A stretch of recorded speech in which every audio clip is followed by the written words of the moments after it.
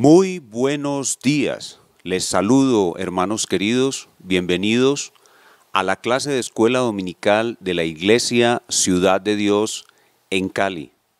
Tengo el gusto de invitarlos a esta enseñanza sobre la Confesión de Fe de Londres de 1689, muy necesaria para que estemos unidos y fuertes en la doctrina. Para esta clase es indispensable que tengas en tus manos el libro de la Confesión de Fe. Este libro, si no lo tienes, vamos a darte un vínculo donde lo puedas descargar. Debes tenerlo en tu mano para poder seguir las enseñanzas. Sin más, los invito a estas enseñanzas, que el Señor edifique su iglesia y nos haga fuertes en la fe. Dios les bendiga.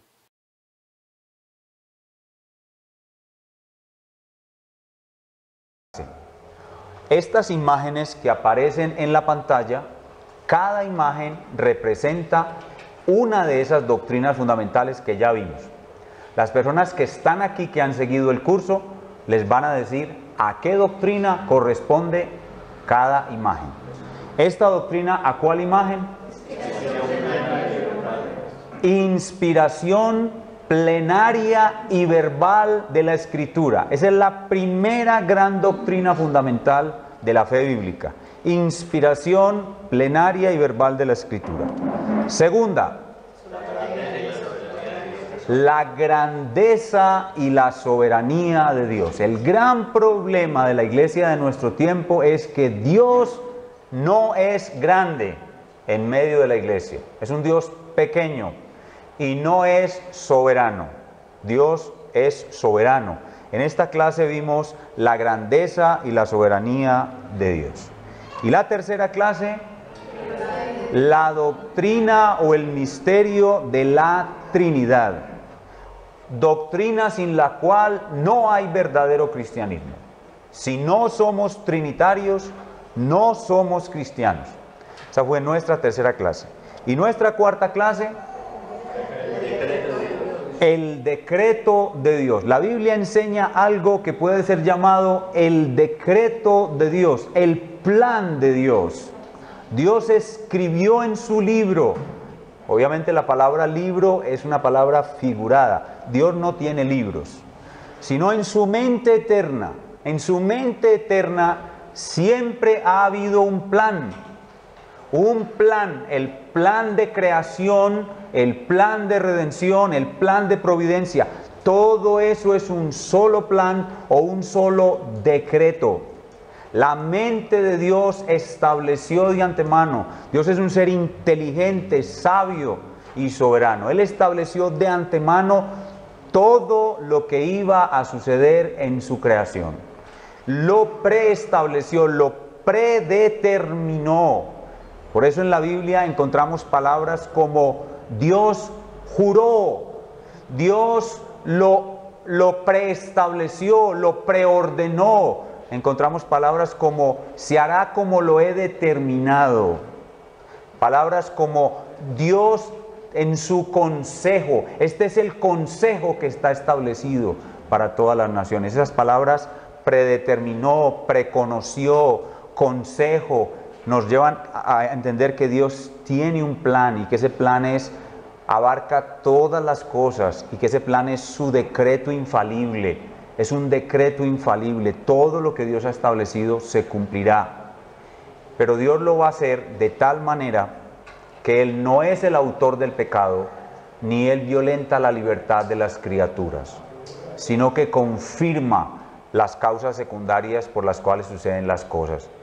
Eso fue lo que vimos la semana pasada. Y la semana pasada vimos entonces que ese decreto de Dios o ese plan de Dios es eterno.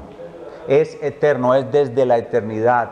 El propósito eterno, dice Dios en su palabra en Efesios 1:11. El propósito eterno. El decreto de Dios es eterno, pero el decreto de Dios es también todo comprensivo, es decir, abarca todo. Es absoluto, abarca todo. Desde lo más grande que sucede sobre la faz de la tierra e importante hasta lo más pequeño. El evento más grande e importante en la historia de la humanidad es la muerte de Cristo. Y en Hechos capítulo 4, versículos 27 y 28, dice claramente que Dios predestinó de antemano la muerte de Cristo. En Primera de Pedro dice que Él es el Cordero de Dios que fue sacrificado desde antes de la fundación del mundo. Pero el hecho más insignificante en la vida de un ser humano es la caída de un pelo. Mateo capítulo 10, versículo 29 y 30 dice que la caída de un pelo y la muerte de un pajarito están en el decreto de Dios, están bajo el control de Dios. Así que Dios controla lo más importante, pero también lo más insignificante. Y Dios controla y decreta no solamente eso, sino también las obras malas de los hombres. Las obras malas de los hombres. En la pantalla ustedes ven una pintura sobre la venta de José a Egipto. Y José les dice a sus hermanos, cuando él se les descubre, en Génesis 45, él les dice: no les pese haberme vendido acá, no me trajeron ustedes acá, Dios me trajo, Dios me envió para preservar la vida a mucho pueblo. Así que la acción mala que ejecutaron los hermanos de José estaba incluida en el decreto de Dios, fue permitida por Dios, fue controlada por Dios, sin Dios ser el autor de la misma. Así que Dios tiene en su decreto incluidas las cosas malas, pero también las cosas buenas. En Efesios capítulo 2, versículo 10 dice que Él preparó de antemano las buenas obras en las que nosotros habríamos de andar. Dice, creados en Cristo Jesús para buenas obras, las cuales Él preparó de antemano para que anduviésemos en ellas. Entonces, las cosas grandes, las cosas pequeñas, las cosas malas, las cosas buenas, pero también el pensamiento y las decisiones de los reyes. Proverbios 21:1 enseña claramente que el corazón del rey está en la mano de Jehová y a todo lo que él quiere lo inclina.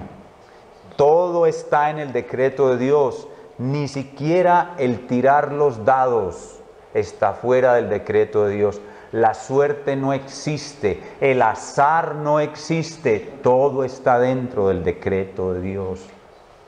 No hay quien muera por azar, todo el mundo muere porque Dios lo ha determinado. Y un ejemplo muy claro es lo que estábamos viendo hoy en la predicación, el perverso rey Acab. El perverso rey Acab murió porque un soldado del ejército sirio, dice el texto, arrojó una flecha a la ventura y la flecha se le metió a Acab entre las partes, entre las junturas de su armadura. Y Micaía, profeta de Jehová, había profetizado horas antes que Acab iba a morir. Y Micaía dijo, Acab dijo sentenciando a Micaía: métanlo a la cárcel con agua y pan de aflicción hasta que yo regrese vivo. Y Micaía dijo: si usted regresa vivo, yo no soy profeta de Jehová. Y un soldado tiró la flecha a la aventura y la flecha se le metió entre las partes de su armadura y el maligno rey Acab murió tal como Jehová lo había decretado. Así que no hay nada que esté fuera del decreto. El decreto es eterno y el decreto es infalible. Tal como Dios lo ha decretado, así sucederá. Pero Dios lo ha decretado de tal manera, y eso lo vamos a ver en la siguiente clase, que Él no es autor del pecado, el hombre es el autor del pecado, la criatura, tanto la criatura angélica como la criatura humana, ellos son los autores del pecado, pero Dios permite el pecado y lo manipula sin tocarlo. Es decir, lo acomoda en su plan para que cumpla el propósito bueno que Él diseñó. Pero tampoco le quita al hombre la libertad. Dios no le quita al hombre la libertad, de tal suerte que el hombre no es una marioneta, puppet, marioneta en las manos de Dios. El hombre no es una marioneta, el hombre es un agente libre y responsable, como veremos en la siguiente clase, que trata sobre el misterio de la soberanía de Dios y la responsabilidad humana. Y como veremos en otra clase más adelante que trata sobre el libre albedrío. Ya veremos eso en su tiempo. En el día de hoy, hablando del decreto de Dios, la primera parte del decreto de Dios que estudiamos es aquella que tiene que ver con el acontecer de todas las cosas en el mundo. Esa es la primera parte del decreto de Dios y eso es lo que nosotros podemos llamar predeterminación. Predeterminación. Podríamos llamar predeterminación. Tiene que ver con todas las cosas que suceden en la historia de los individuos, las naciones. Predeterminación. Esa es una parte del decreto de Dios, la predeterminación. Pero hay otra parte del decreto de Dios que tiene que ver con la salvación de los seres humanos. La primera parte del decreto de Dios tiene que ver con las cosas que han de suceder. La segunda parte del decreto de Dios tiene que ver con la salvación de los seres humanos.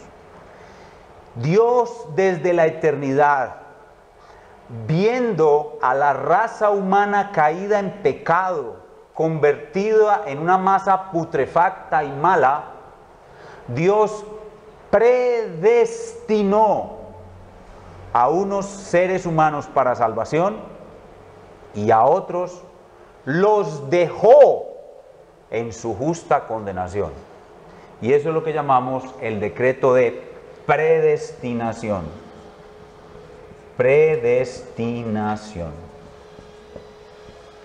Esta es la segunda parte de la doctrina del decreto de Dios, la doctrina bíblica de la predestinación. La doctrina bíblica de la predestinación. ¿Enseña la Biblia la doctrina de la predestinación? Sí. La sola palabra predestinación, a pesar de que esté en la Biblia, ha sido rechazada por la mayor parte de la iglesia de nuestro tiempo. Desde el siglo XX y hasta lo que va del siglo XXI, la iglesia del Señor Jesucristo rechaza la palabra predestinación y trata de explicar de otra manera distinta a la llana y sencilla explicación de la Escritura sobre un Dios que es tan grande, tan infinito en su mente, tan soberano y tan sabio, que hizo un plan que no nos debe sorprender que en ese plan Él haga cosas que nosotros no podemos entender. Tratando la iglesia de nuestro tiempo de mostrar el obrar de Dios de una manera más asequible y entendible, y sobre todo para que las personas que no son cristianas no piensen que Dios es injusto o niegan la predestinación a pesar de que la palabra no la pueden cortar de la Biblia, o tratan de explicarla de una manera en la cual Dios no parezca injusto. Pero la enseñanza clara, sencilla, no se necesita tener un doctorado en alta teología. Leyendo la Biblia en nuestra versión sencilla en español, nos podemos dar cuenta de que la Biblia enseña la doctrina de la predestinación, de que Dios desde antes de la fundación del mundo eligió a unos seres humanos para salvación y a otros no. Eso lo enseña la Biblia muy claramente, muy sencillamente. Pero como eso parece sonar injusto ante la mente de un hombre que está obsesionado con su propia naturaleza humana, un humanista, que quiere a toda costa que el hombre sea partícipe de su salvación, que quiere a toda costa que el hombre tenga algún mérito en su salvación, que quiere a toda costa defender el así llamado libre albedrío, que ya veremos que no es más que un mito. El hombre niega, el hombre de nuestro tiempo, los cristianos de nuestro tiempo, niegan la doctrina de la predestinación. Bueno, en el tiempo antiguo también hubo quien la negara, Está Pelagio en el siglo IV, está el contradictor de Lutero, Erasmo, en el siglo XVI, está Arminio en el siglo XVII, está Wesley en el siglo XVIII, y así sucesivamente. Hoy todos los que se conocen como iglesias carismáticas, pentecostales, wesleyanas o arminianas, todos ellos niegan la doctrina de la predestinación, y todos los que venimos de Agustín de Hipona en el siglo IV, de Martín Lutero y Juan Calvino en la época de la Reforma, de los puritanos en la época del siglo XVII, de George Whitefield y de Carlos Spurgeon, todos los que venimos por esa línea sostenemos la doctrina bíblica de la predestinación. Entonces es una doctrina que ha sido negada, pero que no podemos sacarla de la Escritura. Allí está claramente en la Escritura. Vamos a dar una mirada a lo que enseña la Escritura sobre la doctrina bíblica de la predestinación. Abramos nuestras Biblias en Romanos capítulo 8, versículos 28 al 20.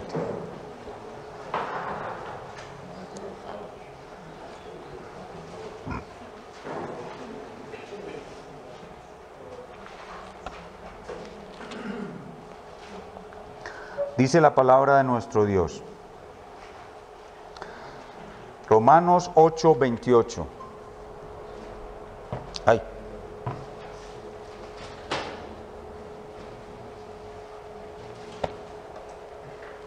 Gracias, hermano.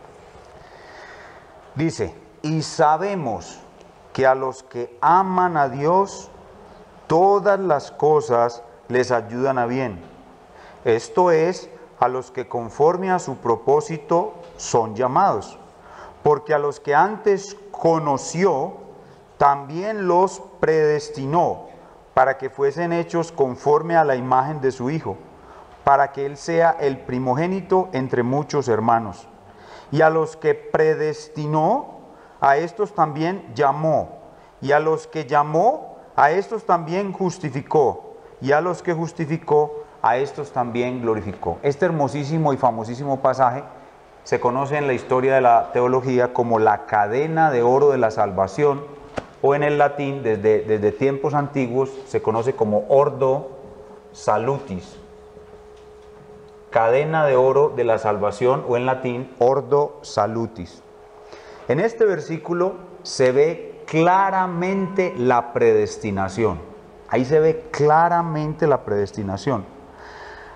El versículo 28 comienza señalando a un grupo de personas que el autor bíblico llama como los que aman a Dios. Y a esas personas que aman a Dios dice, todas las cosas malas incluidas les ayudan a bien. ¿Y por qué les ayudan a bien todas las cosas? O por una sencilla razón, porque esas personas están sufriendo el mal con un propósito. ¿Cuál es el propósito que Dios tiene con el mal que le envía a las personas que le aman? Es formarlos a la imagen del Señor Jesucristo. Entonces vemos claramente la predestinación, y esa predestinación existe con un propósito. Y se ve la secuencia de eventos para llegar a lograr ese propósito. Hay una secuencia de eventos para llegar a lograr ese propósito. La secuencia de eventos, que es lo que se llama cadena de oro de la salvación, comienza con a los que antes conoció. La palabra conoció tiene que ser entendida con mucho cuidado. Y aquí es donde sirve muchísimo saber griego, o tener un buen léxico griego-español, o saber gramática griega, y conocer bien la Biblia en todas sus partes, y conocer bien la teología, porque nosotros, cuando vimos la clase número 2 de la grandeza y la soberanía de Dios, dijimos que Dios no aprende, que Dios no conoce nada nuevo porque todo lo conoce. O sea, que Dios no conoce, Dios ya conoce, Dios todo lo conoce. Entonces la palabra conoció, que es el griego ginosko, no significa que Dios vio de antemano, aprendió algo o conoció algo en el sentido literal de la palabra. no es algo cognitivo. Y cuando miramos el uso de esa palabra en otros lugares de la Biblia, nos damos cuenta de que conoció para Dios y que conoció en la Biblia no necesariamente es algo cognitivo, sino que es algo afectivo. Como por ejemplo cuando en Génesis dice que Adán conoció a su mujer y tuvo con ella un hijo y puso por nombre a su hijo Caín. Entonces, la palabra conocer aquí no significa ver de antemano. Es como si Dios tuviese un enorme telescopio con el cual puede ver el futuro y conoce que en el futuro hay algunas personas que lo van a amar, y entonces a esos que conoció, entonces los predestinó, porque eso sería mostrar un Dios que no es omnisciente, mostrar un Dios que no es soberano. Ese no es su forma de proceder. Aquí la palabra de Dios muestra, conoció como amó. La palabra conocer es amar, amar es conocer. En otro lugar, por ejemplo, en Amós capítulo 3 dice el Señor Jesús al pueblo de Israel: solo a vosotros he conocido de todas las naciones de la tierra. Amós capítulo 3 verso 1.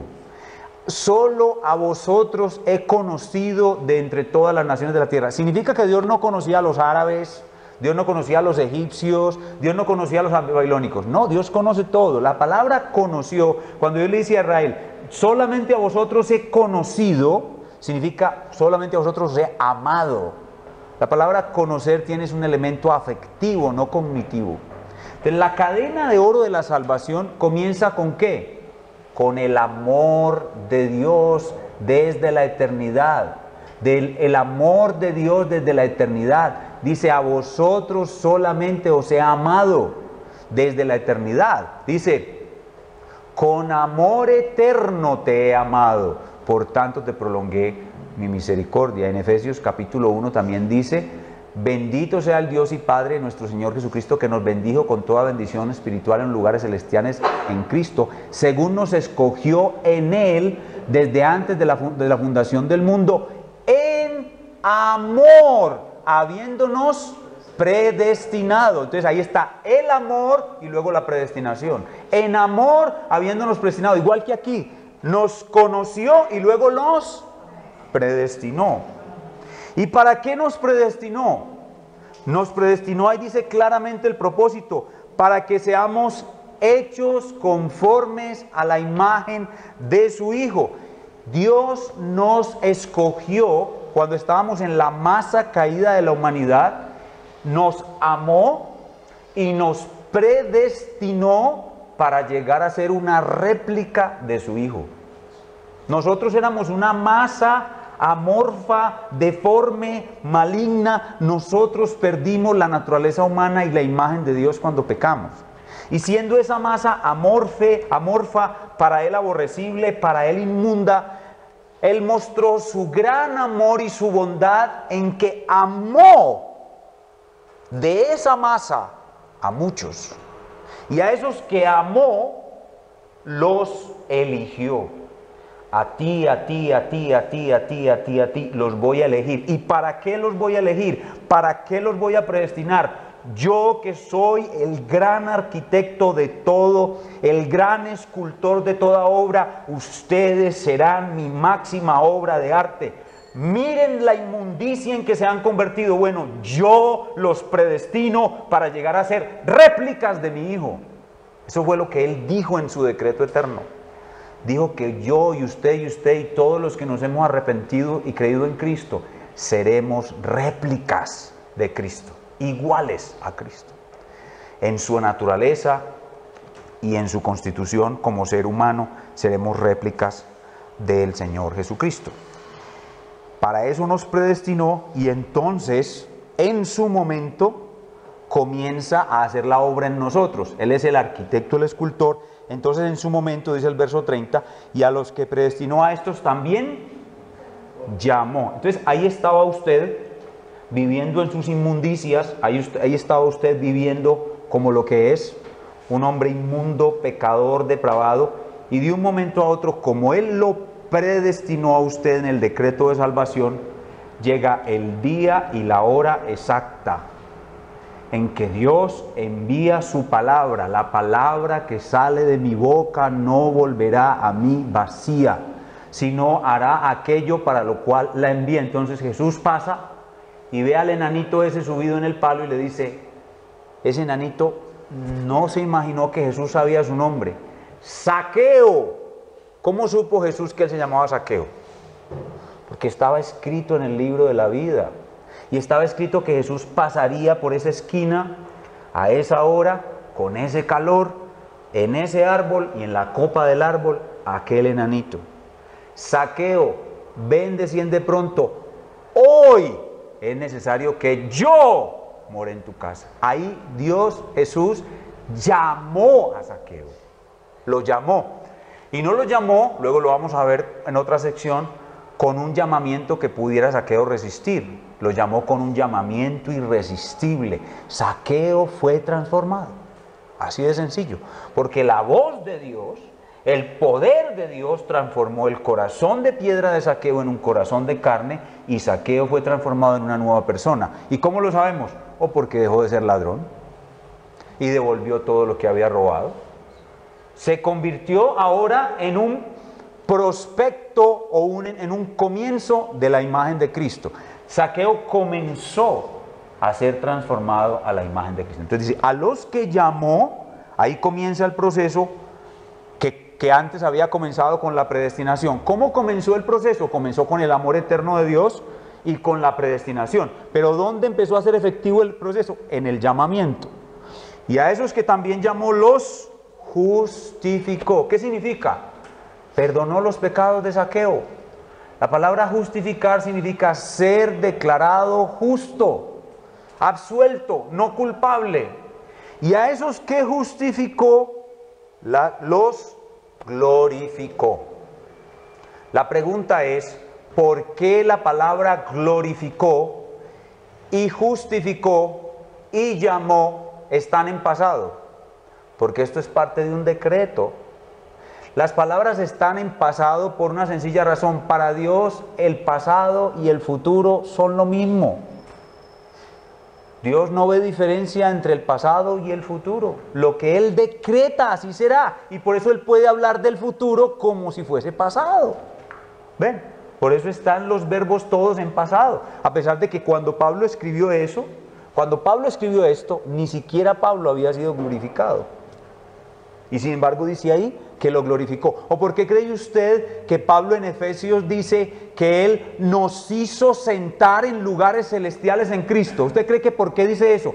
Ahí dice como si yo, al que ustedes están viendo, estuviera ya sentado en lugares celestiales en Cristo. ¿Por qué dice de mí que no estoy ya en este instante sentado en lugares celestiales como si ya lo estuviera?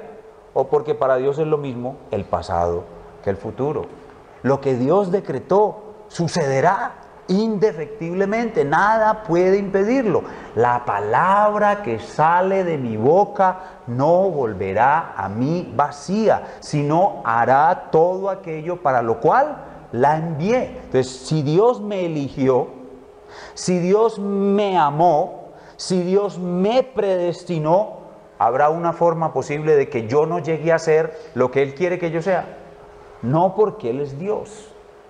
Entonces miren la diferencia entre un Dios soberano que tiene control sobre todo y hace lo que quiere y un Dios a la usanza del hombre que se exalza a sí mismo. Cuando el hombre se ensalza a sí mismo, la obra no es segura. ¿Por qué?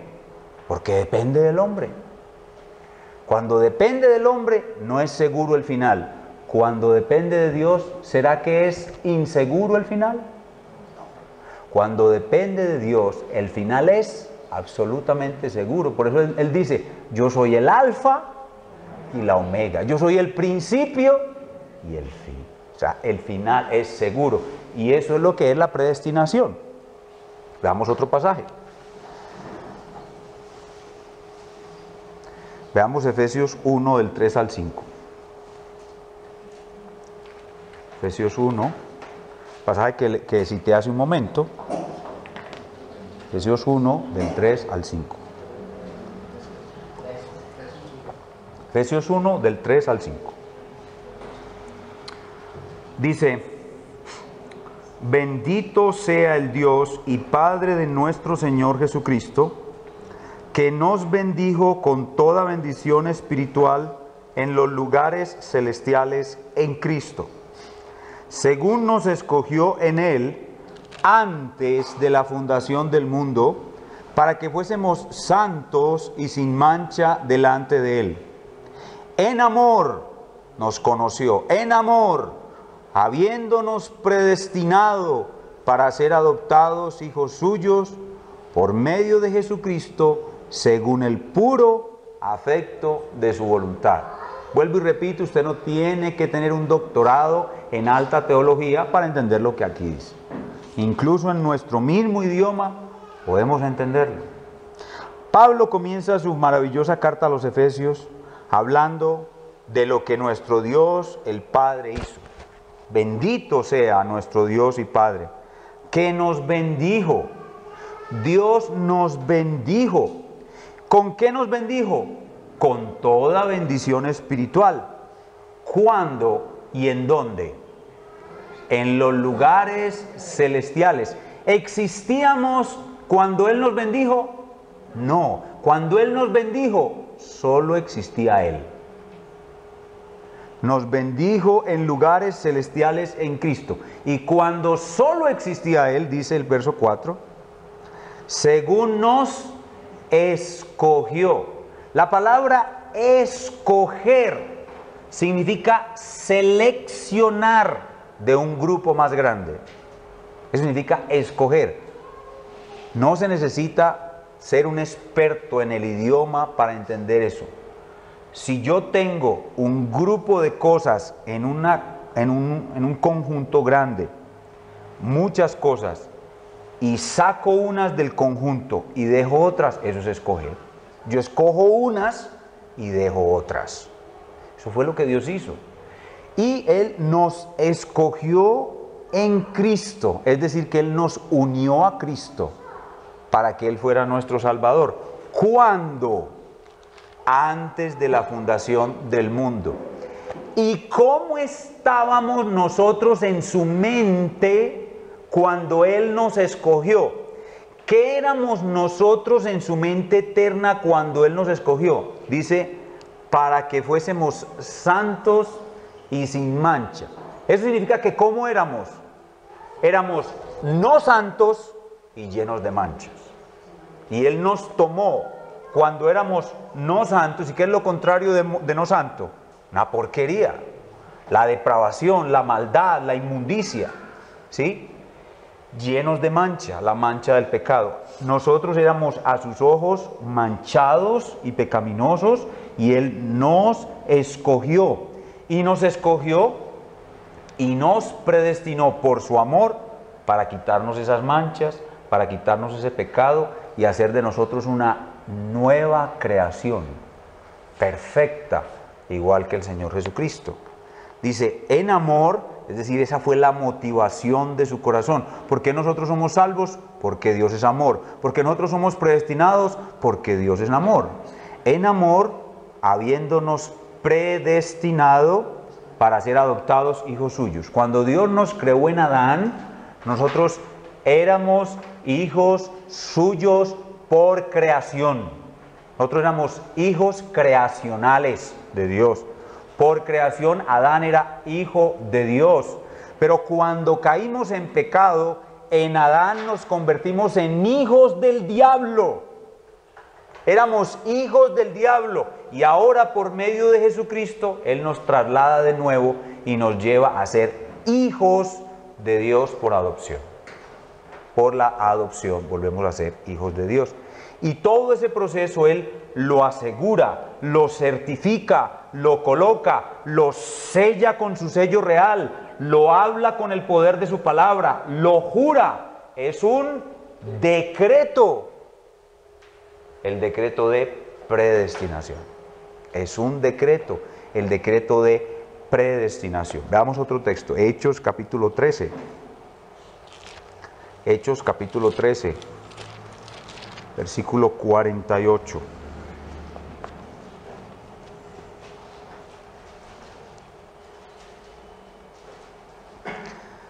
Pablo y Bernabé están dando el informe a los hermanos de las iglesias de Antioquía sobre cómo los gentiles se convirtieron, cómo les predicaron el evangelio y cómo se convirtieron al Señor Jesucristo.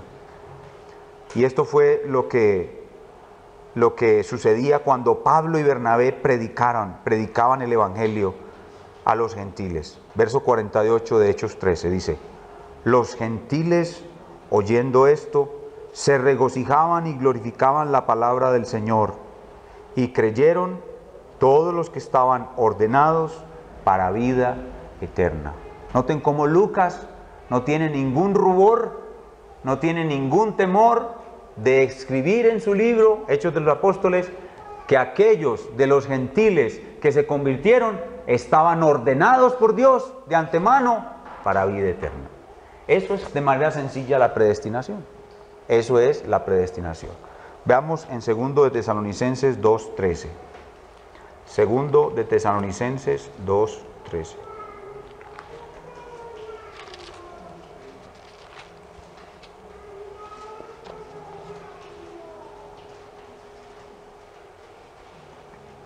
Segunda Tesalonicenses 2:13. Pablo ahora habla de los tesalonicenses, pero nosotros debemos dar siempre gracias a Dios respecto a vosotros, hermanos amados por el Señor. Noten de nuevo, ¿cuál es la causa de la predestinación?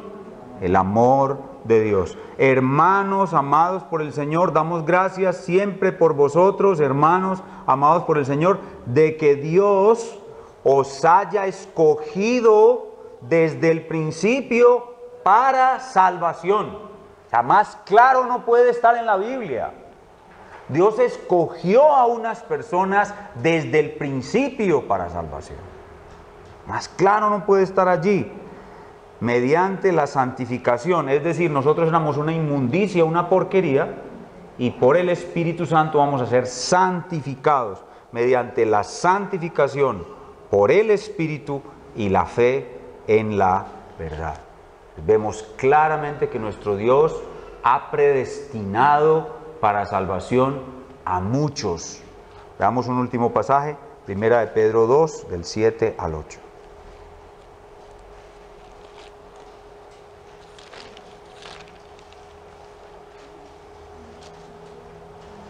Y aquí vamos a ver que esta predestinación tiene dos ramas. El decreto de predestinación tiene dos elementos.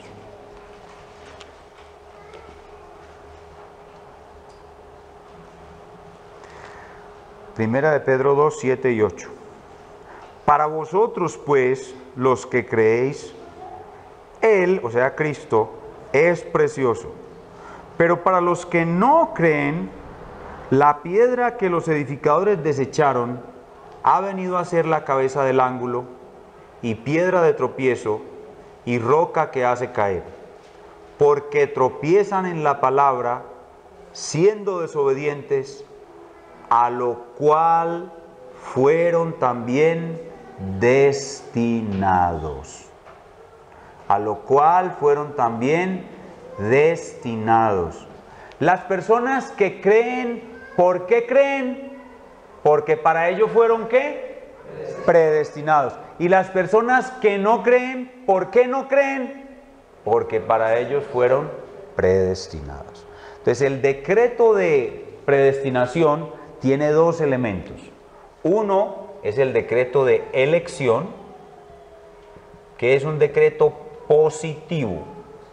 Positivo significa de que Dios interviene.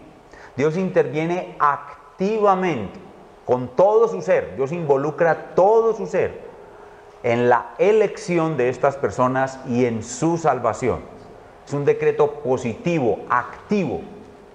Y lo contrario a la elección es, esta palabra no está en la Biblia hablando en términos soteriológicos, es decir, en términos de salvación. Sí está en la Biblia en otros contextos, pero no está en la Biblia, pero sí está el concepto. Cuando una palabra no está en la Biblia y está el concepto, esas palabras son legítimas y las podemos usar. La contraparte de la elección se conoce con el nombre de reprobación.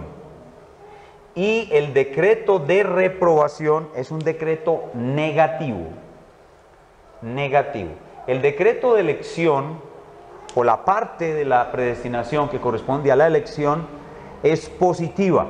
Es decir, Dios está involucrado con todo su ser en la salvación de sus elegidos. Pero cuando se habla de las personas no elegidas,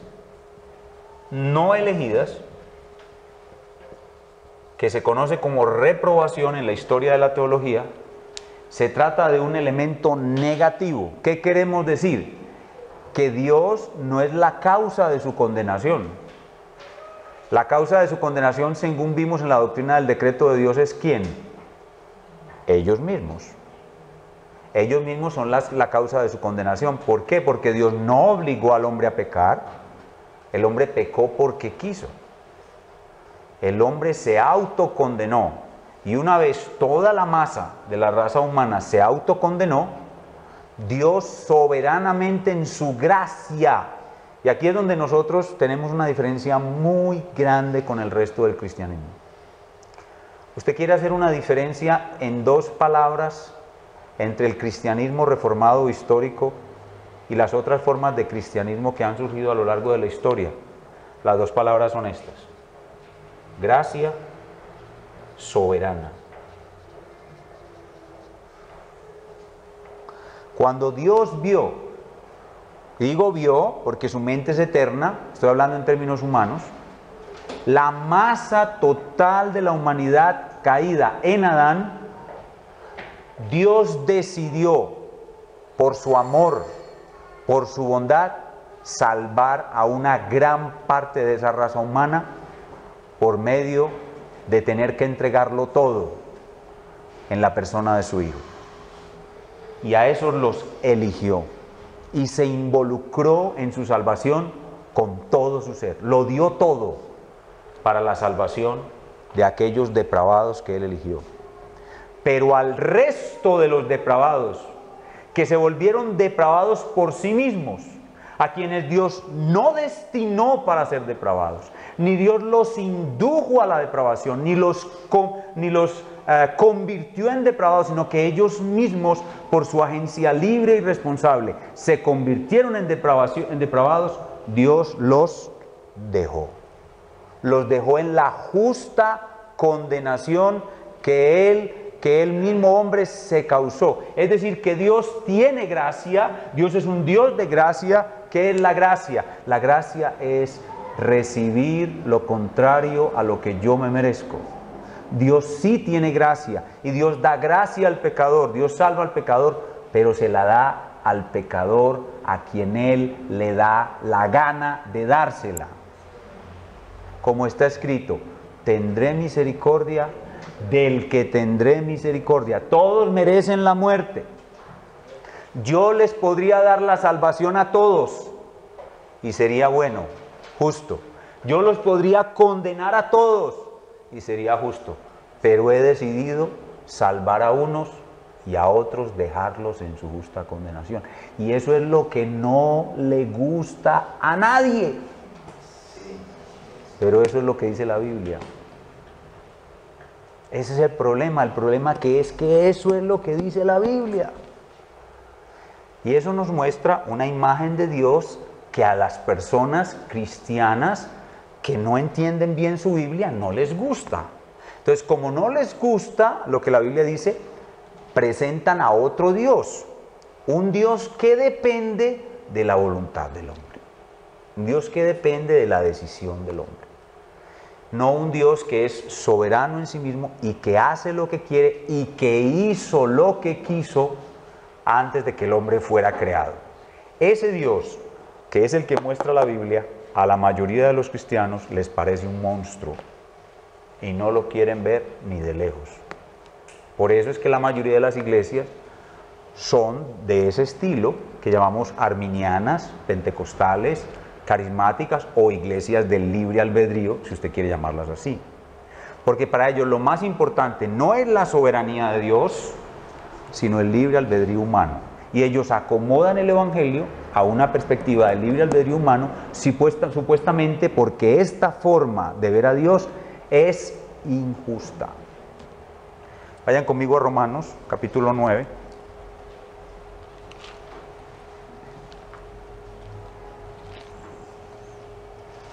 Otra vez aquí aparece la doctrina de la predestinación, de una manera muy sencilla. De nuevo, esto no es complicado, esto es sencillo, pero es muy difícil de aceptar, porque es contraintuitivo, es decir, así no es como nosotros nos imaginamos a Dios, así no es como nos lo imaginamos. Por eso es contraintuitivo, y como es contraintuitivo a nadie le gusta. Romanos capítulo 9, versículo 9, porque la palabra de la promesa es esta: por este tiempo vendré y Sara tendrá un hijo. Y no solo esto, sino también cuando Rebeca concibió de uno de Isaac nuestro padre, pues no habían nacido, ni habían hecho aún ni bien ni mal, para que el propósito, otra vez propósito de Dios conforme a la elección, no conforme al libre albedrío humano, sino conforme a la elección, permaneciese, no por las obras, no por lo que el hombre haga, sino por el que llama. ¿Quién es el que llama? Dios. Se le dijo, ¿a quién? A Rebeca: el mayor servirá al menor. Dios es soberano.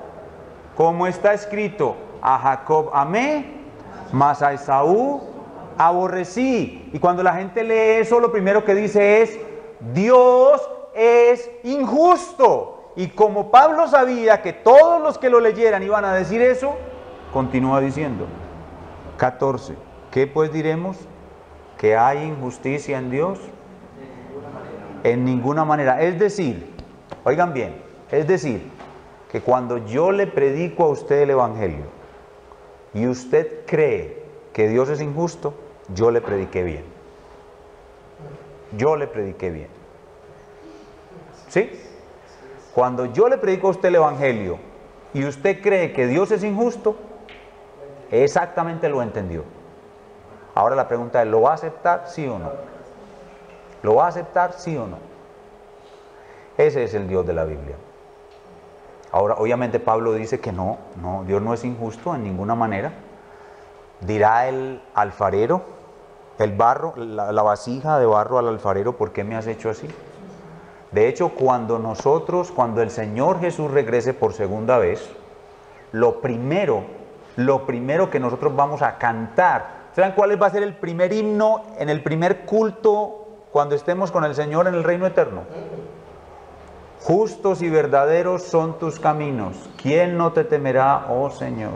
Ese es el primer himno. Dios va a vindicar públicamente su justicia. ¿Saben por qué? Porque hay gente que duda que hasta que es injusto que el diablo sea condenado.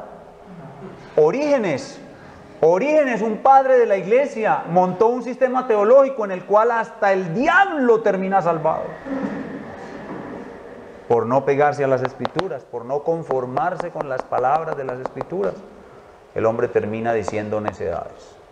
Por supuesto que es justo que el diablo sea condenado, por supuesto que es justo que los reprobados sean condenados, porque Dios no los creó para ser condenados, ellos se condenaron a sí mismos.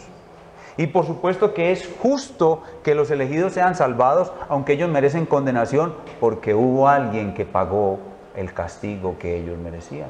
Por lo cual el primer atributo que será vindicado y mostrado ante todo su pueblo cuando estemos en gloria será la justicia de Dios. La justicia de Dios. Hermanos, esta es la doctrina bíblica de la predestinación. Entonces, Dios no solo es soberano. Bueno, la doctrina de la predestinación es muy popular. La doctrina de la predestinación es muy popular y todo el mundo sabe algo de la predestinación, pero acepta hasta donde quiere. ¿Sabe cuál es la versión popular de la predeterminación? No se cae una hoja de un árbol sin la voluntad de Dios. Esa es la versión popular de la doctrina de la predestinación. Pero cuando usted les dice la doctrina de la predestinación, se tapan los oídos, rechinan los dientes y no la quieren oír. los pastores más famosos del mundo evangélico hoy la rechazan. La rechazan. Y cuando los creyentes sencillos, humildes, que leen su Biblia y leen Romanos 9, y en Romanos 9 les parece entender que sí hay predestinación y le preguntan a su pastor, los pastores les dicen: hijitos, estas son las cosas que entenderemos cuando estemos allá. No le den más mente a eso aquí, por favor. Y deje así, como dice Márgara. Y continúan enseñando que Dios predestinó es porque Él tiene un telescopio magnífico, el cual se lo pone y ve que en el futuro usted va a tener fe en Él, y entonces a ese que va a creer en mí, lo elijo. A ese que va a creer hacer buenas obras, lo predestino. Eso es salvación por obras, eso es fariseísmo. Ese no es el evangelio de la gracia de Dios. Entonces, Dios no solo es soberano al ordenar y controlar la caída de la hoja de un árbol, Dios es soberano también en la salvación de los pecadores. Y cuando enseñamos la doctrina de la predestinación, tenemos que hacer mucho énfasis en este aspecto positivo-negativo. Positivo-negativo. Y eso es lo que nosotros llamamos la predestinación asimétrica. Predestinación asimétrica, como vemos en la pantalla, es que en la mente eterna de Dios, Dios vio la raza humana caída, y de esa raza humana caída, en una elección incondicional, eligió a muchos para salvación, y en una no elección o reprobación, dejó a los demás en su justa condenación. De tal manera que Dios es el autor de la salvación de los elegidos, pero no es el autor de la condenación de los condenados. Y eso es lo que llamamos nosotros predestinación asimétrica, porque hay quienes enseñan esta doctrina, pero lo enseñan positivo-positivo. Nosotros no enseñamos positivo-positivo, nosotros enseñamos positivo-negativo. Y eso es lo que enseñan los bautistas confesionales de la Confesión de Londres de 1689. Miren lo que dicen los bautistas antiguos. Estos son los bautistas originales. La hermana Angélica, que vive en San Andrés, ella está familiarizada con los bautistas. Los bautistas originales somos los reformados. Los bautistas fundamentales o los otros bautistas que se formaron después, que son los que llegaron a San Andrés, los que existen en San Andrés, ellos no creen igual que nosotros. Esta confesión de fe que vamos a leer aquí es la de los bautistas originales, no la de los bautistas fundamentalistas, que son diferentes, que son un grupo de bautistas. Por ejemplo, aquí Medellín está llena de iglesias bautistas, pero ninguna son reformadas, son de los bautistas posteriores, de los que después adquirieron las ideas del libre albedrío, llamémoslo así. Pero los originales, que son los bautistas puritanos, que vienen de los puritanos, declaramos lo siguiente: por el decreto de Dios y para la manifestación de su propia gloria, algunos hombres y ángeles, si usted mira con cuidado la Biblia, ve que también los ángeles fueron predestinados. Algunos hombres y ángeles son predestinados o preordenados a vida eterna por medio del Señor Jesucristo, para la alabanza y gloria de su gracia. A los demás, Él, Dios, los ha dejado para que sean condenados en sus pecados para la alabanza de su gloriosa justicia. Eso es lo que dice la confesión en el capítulo 3, en su párrafo 3. Ya se me está olvidando. Muy bien. Esto es, todo lo que acabé de enseñar se resume en esta pequeña declaración. Ahí está todo lo que acabé de enseñar. Por eso cuando nosotros vamos a ser miembros de una iglesia, nosotros le preguntamos: ¿cree usted en la doctrina de la predestinación? Y si usted dice sí, le preguntamos: ¿usted la cree como nosotros? Y le leemos esto. Y si usted dice sí, entonces puede ser miembro de la iglesia. Ahora, como ustedes imaginarán, esta doctrina va a generar un mar de preguntas. Por ejemplo, eso parece injusto. La gente va a decir eso, ya lo vimos en el texto, en Romanos 9, eso parece injusto. Y la gente va a decir: no es verdad más bien que Dios ve anticipadamente que yo voy a creer en Él, y por eso me elige y me predestina para salvación? Ya dimos la respuesta, no. La doctrina de la depravación total humana impide que usted afirme que Dios ve en el futuro que alguien va a creer. ¿Sabe si Dios deja a la humanidad a su libre albedrío? ¿Cuántos seres humanos van a creer? 0. Porque el hombre está muerto en sus delitos y pecados. Entonces no puede creer el hombre. Así que no es posible que sea que Dios ve de antemano quién va a creer, porque nadie puede creer. La misma Biblia afirma que la fe es un regalo de Dios, no es una obra del hombre. Además, eso mostraría que Dios no es omnisciente, porque Él no sabría quiénes iban a creer. ¿Ven? O sea, hay algo que Dios no sabría, algo que Dios tiene que esperar, y es que usted crea. Y eso es inconcebible con la naturaleza de Dios. Otra pregunta.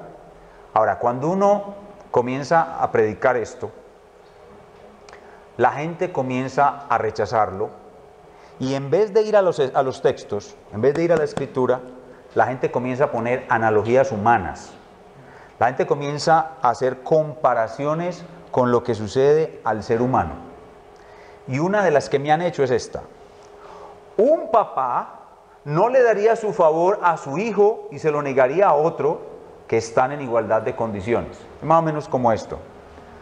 Un padre tiene gemelos, mellizas. Aquí está Lucho y Margot, que tuvieron 2 preciosas gemelas. Entonces, las 2 gemelas se enferman de cáncer. Una leucemia terrible. Y el tratamiento de la leucemia de esas niñas vale millones de dólares. Pero el papá de esas niñas es multimillonario. Cualquier millones de dólares es como quitarle un pelo a un gato. Entonces, resulta que ese papá dice, le voy a dar yo tengo 2 hijas gemelas, las 2 tienen el mismo cáncer, le voy a dar el tratamiento a una y al otro, y a la otra no. Entonces la gente dice, jamás un padre dejaría de darle el tratamiento a las 2 hijas, el padre le daría el tratamiento a las 2.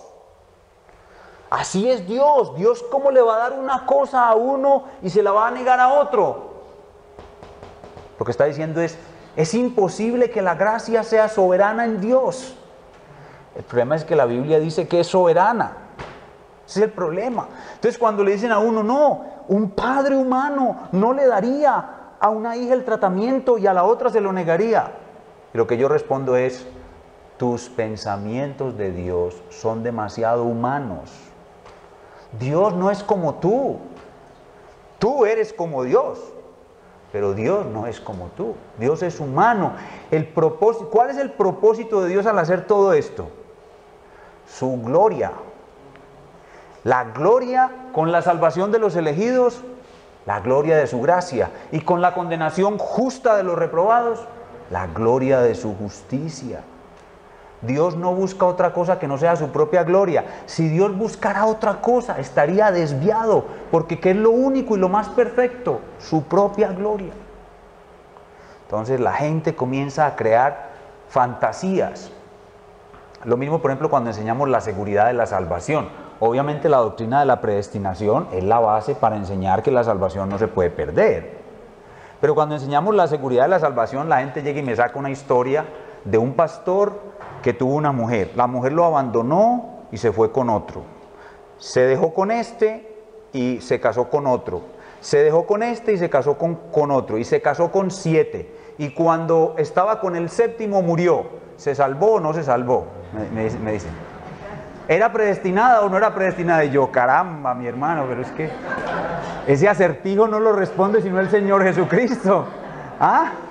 Ustedes le inventan a uno cosas, o sea, ¿qué es lo que estoy queriendo decir? Se alejan de la palabra con razonamientos humanos, fantasías y acertijos, en vez de, hombre, está bien, eso dice ahí, hombre, eso no me entra a mí, yo no me imagino que Dios sea así, pero como aquí dice, y está claro, yo voy a orar, yo voy a ayunar, yo voy a volver a leer, yo voy a suplicar, yo le voy a pedir, Señor, yo te quiero conocer, y si realmente eres tú, muéstrame.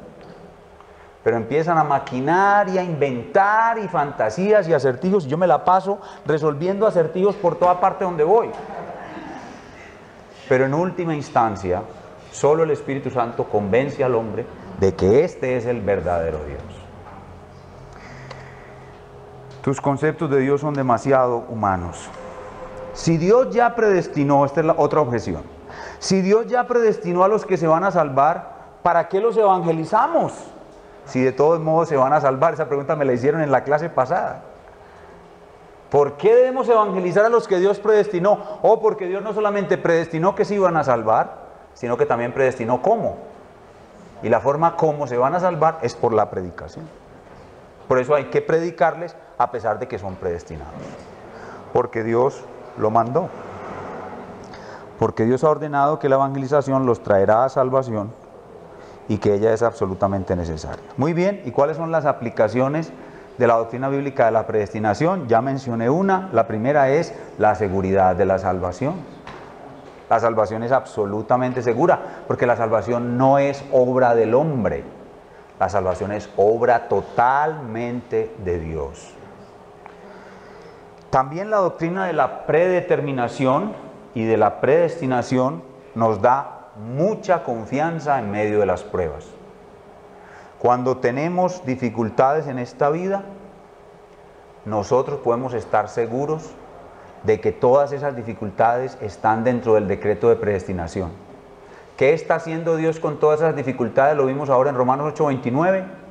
Nos está convirtiendo en réplicas del Señor Jesucristo. Así que podemos alegrarnos en medio de la dificultad, porque Él está usando como el cincel del escultor sobre la piedra para esculpir en nosotros la imagen de su Hijo. Y por eso podemos tener confianza en medio de las pruebas y estar seguros de que al final nosotros ganamos.